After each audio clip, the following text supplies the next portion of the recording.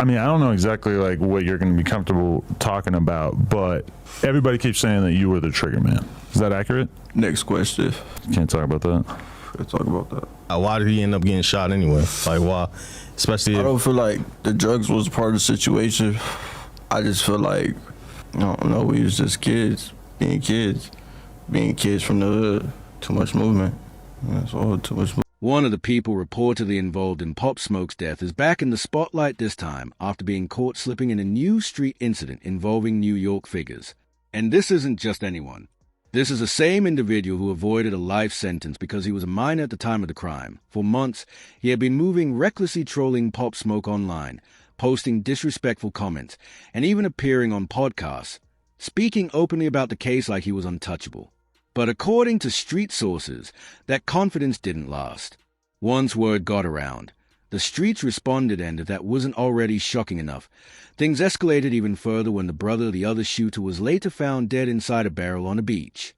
The entire situation feels unreal, but it's being heavily discussed right now. Pop Smoke was known by some of the biggest names in the business, like Nicki Minaj and 50 Cent. His murder has stunned fans everywhere. Everybody's talking about it. Police say suspects broke into his home and shot him. He was only 20 years old when he was killed during a home invasion in the Hollywood Hills, a tragedy that cut short what was clearly the rise of the next major superstar. 5 people were arrested in connection with Pop Smoke's murder, most of them teenagers who thought they were just going on a simple lick. But the person believed to have pulled the trigger was only 15 at the time. Because he was a minor, when he later admitted to the killing in juvenile court, he couldn't receive a life sentence and was instead sent to a juvenile facility until age 25, a punishment many feel never truly matched the severity of the crime. After his release, things took a wild turn, as he seemed to believe he could return to society and move freely, showing little remorse and acting as if his juvenile bid had wiped the slate clean.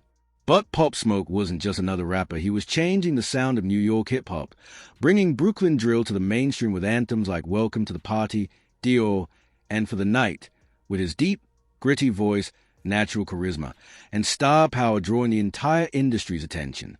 His posthumous album Shoot for the Stars, Aim for the Moon debuted at #1, proving his massive impact, which is why seeing his killer later speak casually about the murder on podcasts felt like a slap in the face to a city, a culture, and millions of fans who still play his music every day. How would you describe what was going on that night? Maybe even just like take us through the day if you want. Well, I'm not finna get into detail about too much, but it was a robbery. Nobody did none of that. That's all false information. It's a lot of pages that's like giving out false information. YouTube's like the vlog false. Like they don't know nothing. Y'all don't know nothing y'all talking about. Y'all just assuming and y'all just putting shit together as y'all going around. He talks about murdering one of New York's most beloved artists like it's describing his breakfast, no emotion, no remorse, just cold, matter-of-fact energy. He's out here correcting the narrative like he's some kind of historian, not the person who took a life. And somehow, it gets even worse. When the interviewer brings up all the YouTube videos and media coverage surrounding the case, he actually has a nerve to say that people mentioning it and saying rest in peace is disrespectful.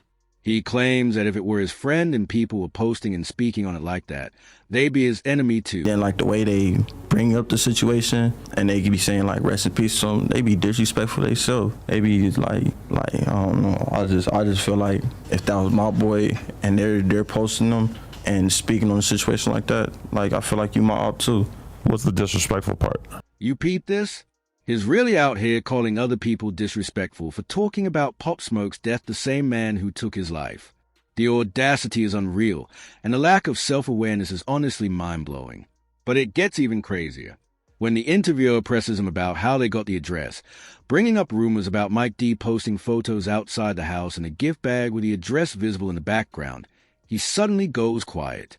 That's the one part he says he can't speak on, claiming he doesn't know how the address was found and insisting he's not going to lie to anyone. But they be putting it together with like saying that there was, a bag with an address that was posted online. There was a photo of him and his friend where you could see the address in the background. Is a lot of that not true? It's just people putting shit together after the fact? Oh, that part I can't speak about because I don't know how the address got. I don't know that part. So I can't even speak on that. I'm not finna share a lie to nobody. But then he says something even crazier. He straight up admits, I didn't even know him. I didn't know of him. I probably seen one picture of him before and like I thought he was a model. I was like, well, you got a good modeling career going on. I mean, I thought he was just on that route, but then all this happened. I'm like... He even said he thought Pop Smoke was a model dead serious. He didn't know he was one of the hottest rappers in the game at the time. And then he keeps going. He talks about the aftermath like it was just confusion, saying he couldn't sleep and that he woke up feeling lost. Lost. That's the remorse. That's the accountability he is offering after taking someone's life. But it gets even crazier when you really listen to these interviews. At one point, the interviewer asks him straight up, "Were you the trigger man?" And instead of denying it, instead of clearing it up, he just says, "Next question." That's not a denial, that's basically an admission wrapped in legal caution. Wake up in the morning, I don't wake up, I didn't go to sleep, and was like, damn, I'm just lost. So which is it, bro? Was it an accident? Or was there too much movement that forced your hand? Because those are two completely different stories. And the fact that he can't even keep his story straight while casually talking about taking someone's life is exactly why people were so heated. It gets worse. He even admits he was high that night off a perk, barely aware of what was happening. Think about that. You go on a robbery while high on pills, barely conscious of your actions. Someone end up dead, and you actually think that makes it sound better? Like that excuse is anything. When the interviewer asks whether he and his crew had pulled off missions like this before, he doesn't deny it. He just says, "Next question." Once again, not a denial, just another dodge. Everybody keeps saying that you were the trigger man. Is that accurate? Next question. But the implication is obvious this wasn't their first time trying to rob someone. They were really operating like that, moving as if they could pull off licks and nothing would ever go wrong. When he's asked whether they knew anyone in the house that night, or if someone backdoored Pop, he suddenly grows much more firm. He insists nobody backdoored anyone, claiming he knows at 100% for sure, repeating it like he wants at least that part to be crystal clear. Much movement. That's all, too much movement. Movement from everybody. Too much shit going on. It was too much shit going on. So it's like, it wasn't intentionally. It wasn't on. His clearing up the backdoor rumors, but in the most disrespectful way possible. He talks about the situation like he's doing the public a favor by setting the record straight.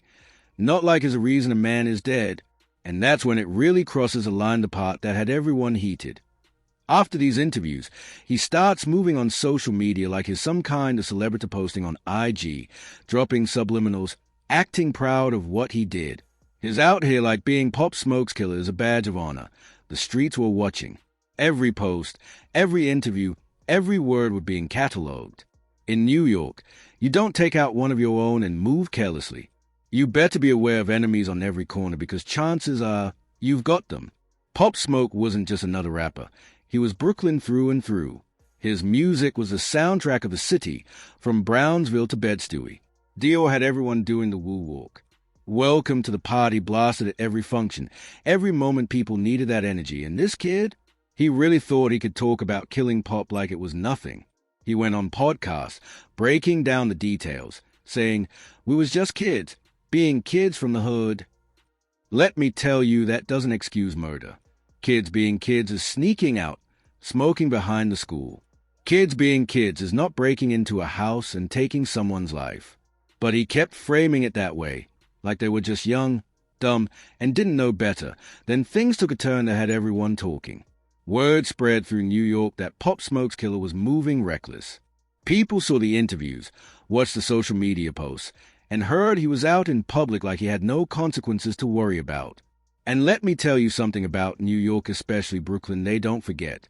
They never forget. According to multiple street sources, this kid eventually got caught lacking. And when I say lacking, I mean really lacking. He was somewhere he had no business being, probably thinking he was untouchable because he served some time even though it wasn't nearly enough. That's when the goons pulled up that I can't confirm every single detail. Street stories always vary, but one thing was consistent. He got beat down bad. We're talking a proper violation. The kind of beating that makes you rethink every decision you ever made. The kind that reminds you trolling on social media and doing interviews about killing someone has real consequences. And this wasn't a quick scrap. This was personal, methodical. New York sending a clear message. You can't disrespect their legends and just walk around freely. They waited for the right moment, caught him vulnerable, and made sure he understood the gravity of what he did.